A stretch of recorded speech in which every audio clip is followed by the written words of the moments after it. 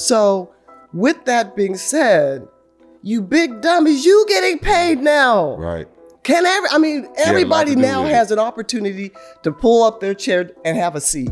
For the past year, Sheryl Swoopes has been relentlessly going after Caitlin Clark with wild accusations, claiming she's a 25-year-old competing against teenagers, downplaying her rookie season, and even insisting no one wants to play with her. The criticism just wouldn't stop. Some of your peers, they will recognize, her game, but they won't recognize her impact. Right. How can you separate the two? It's kind of hard, right? And I used Jax, you're absolutely right. And I was like, come on, you big dummies. Then Cheryl Miller jumped into the fight. The basketball icon and former coach of Caitlin Clark just dropped a bombshell on the All the Smoke podcast, calling Swoopes a big dummy and tearing apart the false claims. Miller didn't hold back, setting the record straight, and her fierce defense of Clark has sparked a surprising revelation about the future of the Indiana Fever. Fans can't stop talking about it. 3-time Player of the Year, 2-time National Championship, 2-time Tournament MVP, first woman to dunk in an organized game, gold medalist. And before we dive into everything Miller said, have you ever stopped to wonder why a basketball legend seems so obsessed with tearing down the WNBA's biggest rising star? Let's unravel the strange crusade Sheryl Swoopes has been waging against Caitlin Clark, from her college years all the way into her rookie season. But let's also talk about how much more experience that gives you over other players coming in, right? So people say, dang, like he or she's killing them, but you have a 25-year-old playing against a 20-year-old. It all began with Swoopes throwing out completely false claims about Clark's college career. One of her most ridiculous statements, she insisted Clark was a 25-year-old competing against 20-year-olds at Iowa. The truth? Clark was 22, finishing her 4th year, just like countless other college seniors. And when people called her out, Swoopes quickly backpedaled, brushing it off as hyperbole tied to COVID eligibility rules. Caitlin Clark right now probably takes about 40 shots a game. Here we go. I know you like that. Hell yeah. But Swoopes wasn't done yet. She went even further, claiming Clark jacked up 40 shots a game, trying to paint her as a selfish volume shooter. The reality? Clark averaged 22.7 shots per game, a far cry from Swoopes' wild exaggeration. And here's the kicker. During her own senior year, Swoopes averaged 19.2 shots per game, just 3 fewer than Clark. Now that's what you call throwing stones from a glass house. When Clark was on the verge of breaking the all-time NCAA scoring record, Swoopes changed her approach, this time questioning whether the achievement was even legitimate. She claimed Clark needed a 5th year to break it, trying to downplay the historic moment. This isn't just for Caitlin, but you asked me about Caitlin. If you're going to break a record, to me, if it's legitimate, you have to break that record in the same amount of time that player set it. Okay. Right? So if Kelsey Plum set that record in 4 years, well, Caitlin should have broke that record in 4 years.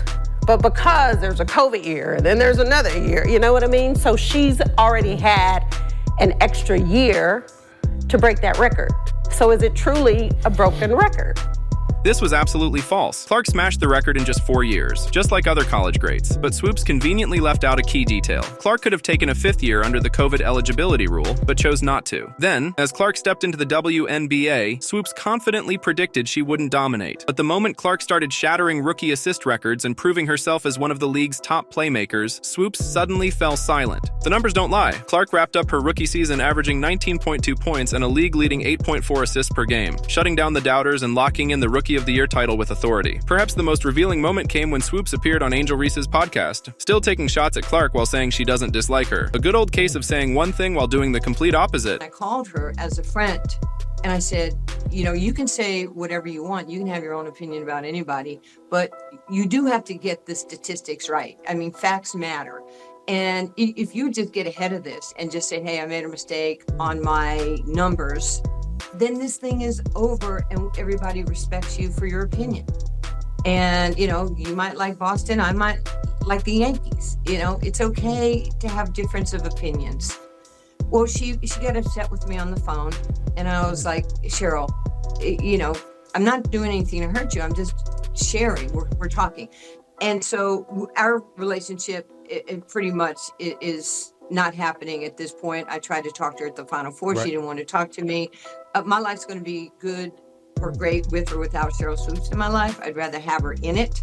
The basketball world quickly caught on to this pattern. Eventually, Swoopes was removed from broadcasting a Fever game and replaced by Nancy Lieberman, who wasted no time calling out the false narrative being spread about the rookie sensation. Jax, you're absolutely right. And I was like, come on, you big dummies. Is she getting hyped? Yes. But she was in the backyard. She was putting in the same time, sometimes maybe more than you were. Right.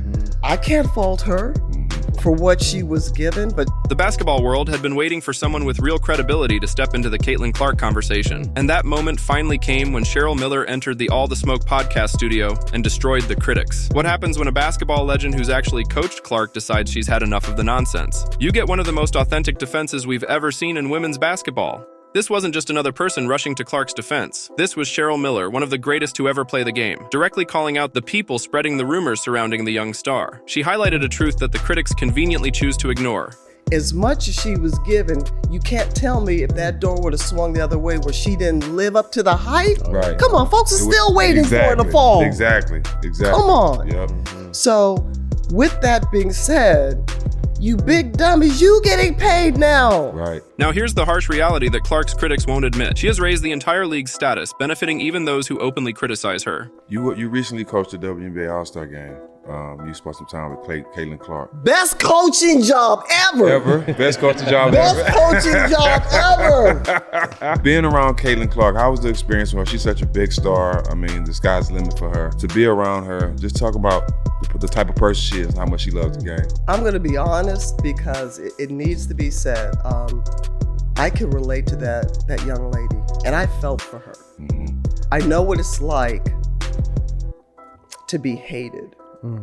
I know what it's like to be a black woman and hated because of my Skin. color. Yeah. What makes Miller's support so powerful is that it's rooted in direct experience, not mere opinion. After coaching Clark in the 2024 WNBA All-Star Game, Miller had the perfect vantage point to assess her game beyond the flashy highlights. And what she saw, even she was caught off guard. I can't imagine this young lady, I don't want to use hate, but despised. And people just having, she brought some on herself a little bit because she's cocky for a good reason. Mm-hmm. Confident. And I love that about her. But to watch the dynamics and the media, they had their narrative. And I was pleased and proud to see the narrative wasn't the truth. Right. I was pleased and proud to see the narrative wasn't the truth. In just one sentence, Miller cut through months of media noise and exposed the reality. She went beyond surface-level praise, offering a rare glimpse into what truly sets Clark apart.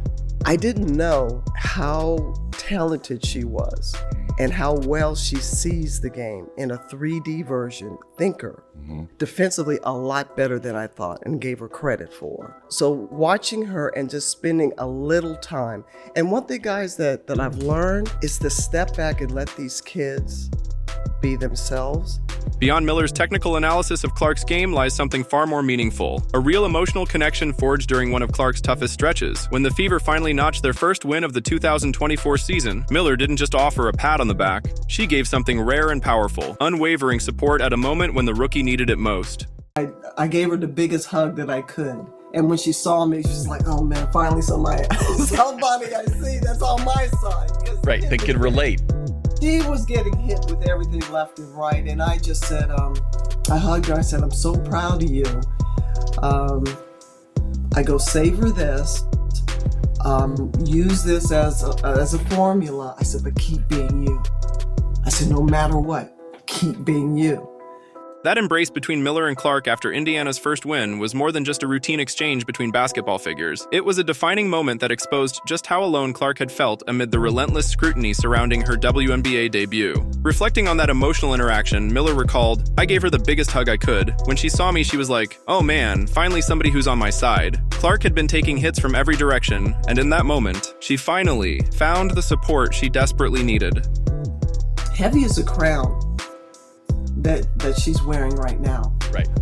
And it wasn't something that she anointed herself. It's something that's been placed on her head, and I hope people understand that. But it's everything that she's dealing with, the weightiness, and I saw that first win. That moment of vulnerability wasn't met with empty words. Miller offered the kind of wisdom that only someone who has walked the same path could provide. I'm so proud of you. Savor this. Use this as a formula, but keep being you, no matter what. Keep being you. These weren't just words of encouragement, they were a lifeline to a rookie navigating the overwhelming weight of expectations and scrutiny.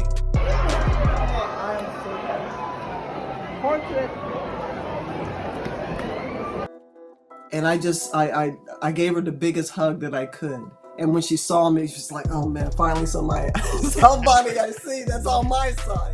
Right, they could relate. She was getting hit with everything left and right, and the one thing that I said to her, and she was heading into her senior year, was have fun. No matter all the static, just make sure you find that quiet place. When Cheryl Miller speaks, the basketball world pays attention, and for good reason. Her words carry the weight of an unmatched legacy: 3 Naismith Player of the Year awards, 2 national championships, Olympic gold, and a place in the Basketball Hall of Fame. But Miller's endorsement isn't just about her accolades. She recognizes something in Clark that many critics have overlooked: an elite court vision that makes her far more than just a scorer. You can set a screen for Kaylin. Kaylin don't need a screen. Kaylin's got great handles. The one thing that I don't think people really appreciate about that young lady's game, she can pass the ball. She can't pass. She got great assists. The bounce pass is powerful, which is almost non-existent in the game. There are a lot. The one thing I don't think people truly appreciate about that young lady's game is her passing ability, Miller stressed. Highlighting the skill that separates Clark from the rest is that she can pass the ball. This wasn't just a compliment. It was recognition from a basketball legend who knows greatness when she sees it. I love what they've done for the women's game from a collegiate level to now, and it's working. And it was only a matter of time. And great narratives, great storylines. But now the bottom line comes down to one thing. It's about basketball, and it's about wins. And both these young ladies and their teams, people don't want to face them down the stretch. Miller's perspective carries unique weight because she stands at the crossroads of player development and media narratives. Coaching Clark during the 2024 WNBA All-Star Game, she saw her brilliance unfold in real time. With one clear-eyed assessment, she cut through months of misinformation pushed by the old guard, setting the record straight.